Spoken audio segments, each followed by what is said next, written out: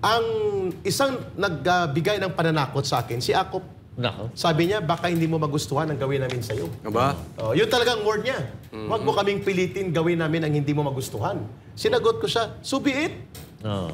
If the nation will see na walang karapatan ng mga resource persons dito, gawin nyo. At si Paduano, tumayo talaga ko, Boss Dada. Sinadya ko yung nagawin.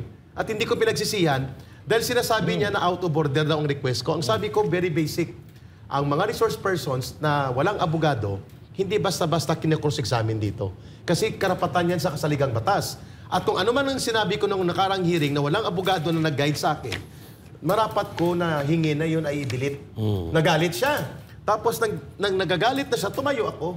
Sabi niya, wag kang bastos. Ang sabi ko sa kanya, hindi ako bastos. Nagpapaliwanag ako. Kaya marami po nagsimpatya noon ang tinawag ko silang kangaroo court.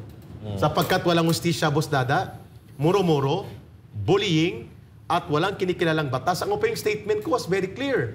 Ang sabi ko sa kanila, this Congress and this committee, you are not above the law.